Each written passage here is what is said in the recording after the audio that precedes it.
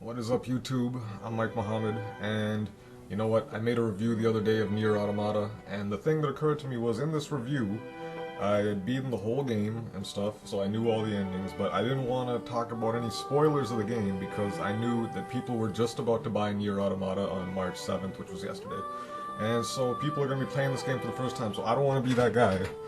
Even though there was a little bit of, something in there that wasn't really a big spoiler. It was like something you could have guessed, but I didn't want to ruin the experience for people, so I didn't talk about spoilers in this video. So this vid basically is going to be me getting off my chest all the stuff about NieR Automata in terms of like spoilers that would basically like ruin your first experience with this game. So again, if you're playing NieR Automata right now and you haven't gotten the true ending, and to be clear, maybe some of you guys have gotten like ending A, B, or whatever. If you haven't seen ending E, if you haven't seen the final ending of NieR Automata, please just do yourself a favor and just close this video. I know I'm going to not have a lot of views on this video for that reason, because I'm saying that, but you know what? Just don't ruin the game for yourself. Play it for yourself. So, I'm going to give you 5 seconds. 1, 2, 3, 4, 5. Alright. That wasn't even counting properly, whatever. Yeah, so I'm just going to assume everyone's still watching this video, has beaten NieR Automata to completion, has seen everything, and knows pretty much all the main spoilers of the game. So the first thing that really struck me about this game when I was playing it was, you play through the game, and you keep hearing about everything is about humanity, humanity, humanity, glory to mankind, and so on, you know? But the thing that bugged me in the first, like, I think 15, 20 hours of playing this thing was I was thinking to myself, you know, there's a lot of robots everywhere. I've met the few androids in this game. There's a couple Resistance members, they're androids, but I'm like, everything's about humanity, humanity, humanity. Where are the goddamn humans? You know what I'm saying? So even in the first couple hours of playing this thing, I was like, I'm not really convinced humanity is on the moon here. And even NieR says something like, oh wow, those broadcasts from the Council of Humanity sure are boring, or something like this. So yeah, eventually it is revealed in the second act that, yes, humanity is not even existing anymore. Humanity was wiped out ages ago, and then Project Yorha was set up to kind of perpetuate the lie that mankind is still alive. So the whole glory to mankind thing was like, it's a very bittersweet, almost kind of like slogan for the game. It's weird, man. How only Yoko Taro could have done something like this. Like I remember watching the first playthrough of this game when they get back to the bunker, and NieR is just like, glory to mankind, and I was just like, and then you see 2B like, glory to mankind, but then you see 2B like tighten up her hand or her fist, and she looks upset even after saying it, right? So then I thought to myself, there's something not right here. Maybe 2B knows something that we're not aware of. And then, of course, I remember playing the first ending, I was like, holy shit, we were about to kill 9s? We're 15, 20 hours into this thing, we're gonna fucking kill 9S already? I was pretty taken aback by that, but then it turned out, of course, that wasn't really what happened. Man. I really fucking hope everybody who hasn't played NieR Automata has left this video right now, because the scene leading up to 2B's death was like fucking crazy. I gotta say that, like, the way the whole interface changes and like everything's so messed up in the beginning. Like all the Yorha units just like start defecting and they got taken over by the machines, and I remember. This was another thing, when I was watching the Glory to Mankind trailer, I was like, after I beat the game the first time, I kept thinking to myself, you know, I've beaten this game, almost none of what I've seen in the game was from the Glory to Mankind trailer, you know, like, that one line where the commander's just like, you two are the last remaining units of Yorha, or like, you know, the part where, what was it? NieR says like, Pod 153, I order you to stop all logical thought and speech. That kind of stuff. I was just like, whoa, where is that part of the game? I didn't even understand. So it was, just the Glory to Mankind trailer, I thought it was pretty bold how they put stuff that happened so much later in the game. Like after you've beaten the game twice at least, all that stuff pretty much happens, you know what I mean? So that was fairly interesting of a design choice, I think. but it definitely adds impact to 2B dying, because by the time she dies, you've already grown attached to the character, you've already grown attached to her relationship with Nines and how Nines feels about her. Oh yeah, remember that one part right in the middle of the game where, what was it, Eve is just like, "You're thinking about how much you want to fuck 2B, aren't you?" Oh boy. Yoko Taro, you fucked up man. I love that guy. Alright, so this was my interpretation of the characters. 2B was like a very sterile character, and you understand why later on when you find out she's actually 2E. And apparently her job is to friggin' kill other Yorha units, or basically 2B's whole job was to kill Nines. Like, that's pretty like, no wonder she kept trying to not get attached to 9S at all. Because it's like, she's a special unit designed to kill units like Nines who start figuring out that mankind isn't really there anymore. Very weird kind of setup when you think about it. And then, of course, when Nines sees 2B killed by A2, then he just becomes a fucking badass. I gotta say, at the beginning of this game, I was just like, oh, Nines is just this little pussy. Oh, not playing Nines, it's fucking, the combat is like twice as hard because you're fucking Nines now. And I basically, like, in the beginning, I was just like, oh, he's just the annoying fucking Tails to 2B's Sonic. He's the Luigi to her Mario, you know what I'm saying? He's the Diddy Kong of this game. And then, you play through it more, and you're just like, holy shit, yo. 9S manned the fuck up. Or at least, I don't even know if I could call it manning the fuck up. He, like, turned into Android Hitler, man. He was just like, I'm gonna kill all the machines. What a fucking guy. A2 is my favorite character, just because she's, like, the most badass character. A2's the character who doesn't fucking... She's just been, like, trapped in this fucked up, ruined world for so long. She's just like, I don't give a fuck about anything anymore.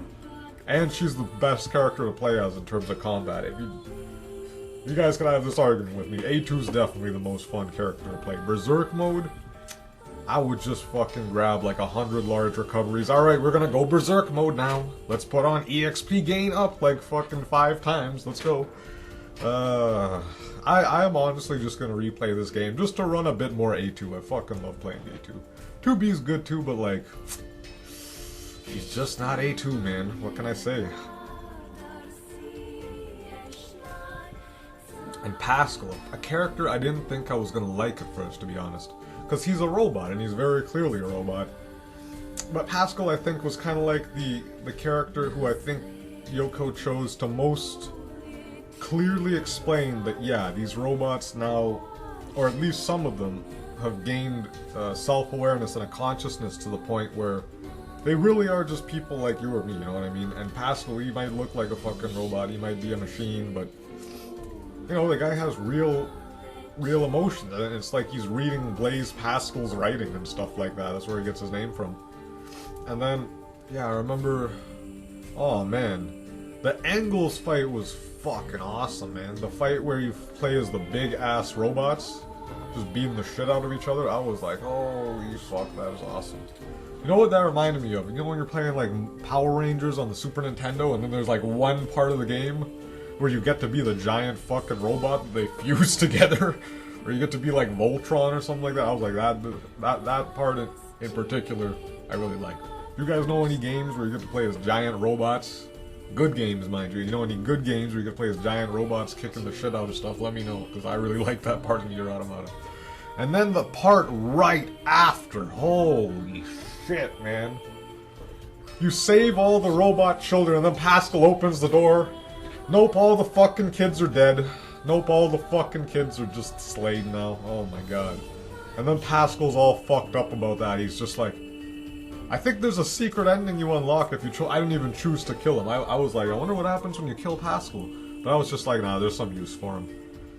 Cause, oh man, that part where you're deleting his memories, and the last memory is him, like, swearing to the kids that he's never gonna let anything happen to them, you're just like, holy fuck.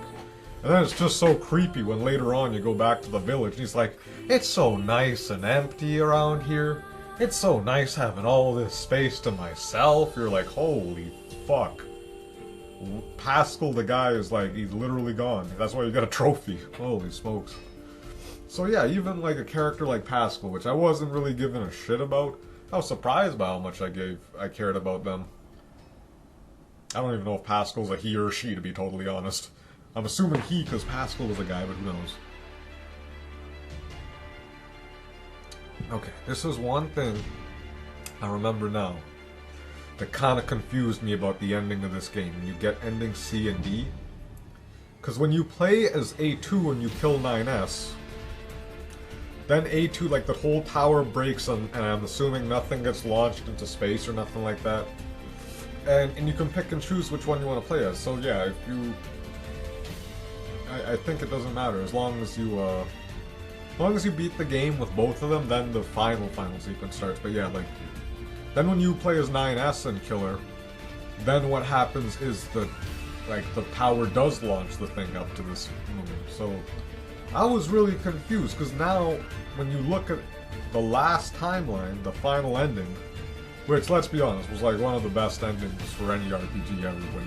I just really liked how Pod 042 and 153, you like literally see them slowly develop their own consciousness. Like first dude, let's just like interface.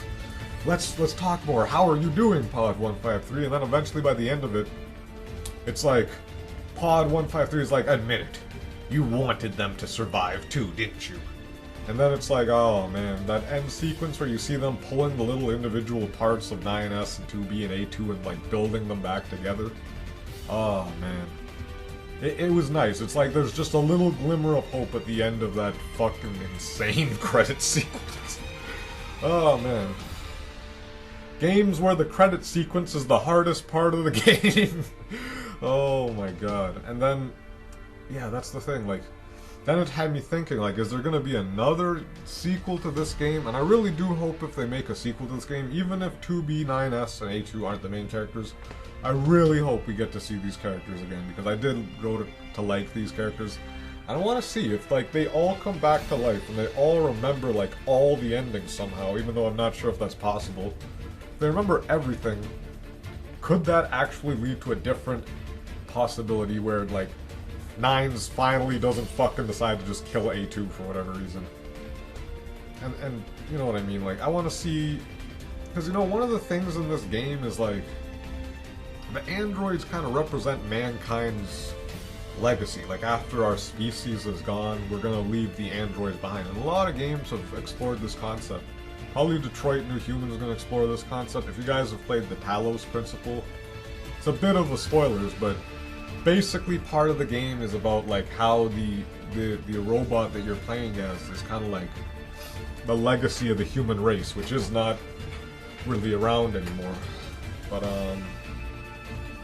yeah, that had me thinking, like, if the androids are representing mankind's legacy, like, where does the series go from here? Because it almost seems hopeless. Like, the machines and the androids are just going to keep killing each other again and again and again. It's just going to be this endless cycle of fucking death. And you know, the game begins and ends with that. We're all trapped in an endless cycle of life and death. So, you know, like, it made me wonder, where, if there is a sequel to NieR Automata, where could they really go with it? Could it be that they're all gonna meet again and decide not to fucking just kill each other, and like maybe 2B survives 2E? I don't know. I think everybody's more comfortable calling her 2B. But yeah, like, that's one thing I thought about, and I mean, it is so weird to get this caught up now in a series where mankind is dead, but I mean, it's so... Because the machines develop a consciousness. This is another thing, like, you know, the machines never really develop their own thing. It's almost like the androids do, because they kind of develop Project Yorha to carry on the legacy of the humans or whatever. And, like, the machines are basically, they're just emulating humans for some reason. Even though they're created by aliens, they don't even fucking like the aliens. They're like, fuck the aliens, we're gonna kill them. Of course, they were gonna kill humanity too, but, you know, that didn't quite work out. But yeah, playing this game really had me wondering what's gonna happen for a sequel. If there is a sequel to this game, 100% you can bet your ass I'm gonna play it. But yeah. So let me know what you guys thought about the ending of NieR Automata when you finally play through it. What parts really stuck out to you? I gotta say, some people have said, Mike, you should play the original NieR. You know what? Maybe if they make like a remaster of the original NieR, I think Square Enix said if NieR Automata sells really well, they might do that. And from what I've heard, at least, NieR Automata has sold pretty well, considering that it was a niche title. It sold like a lot better. It seems like there's way more. Dude, I don't even think I fucking heard of NieR when the game first came out. I honestly do not even think. I like never really heard of this game NieR when it first came out, the first one. But like NieR Automata, there's like insane hype over NieR Automata. It's like Game of the Year hype over this game. So it's like, I don't know. I mean, I've said it. I think it's my Game of the Year, but like, I personally think NieR Automata is going to sell very well. We'll see. So again, let me know what you guys think in the comments. Like and subscribe if you want some more videos like this. I'm Mike Muhammad, and thanks for watching.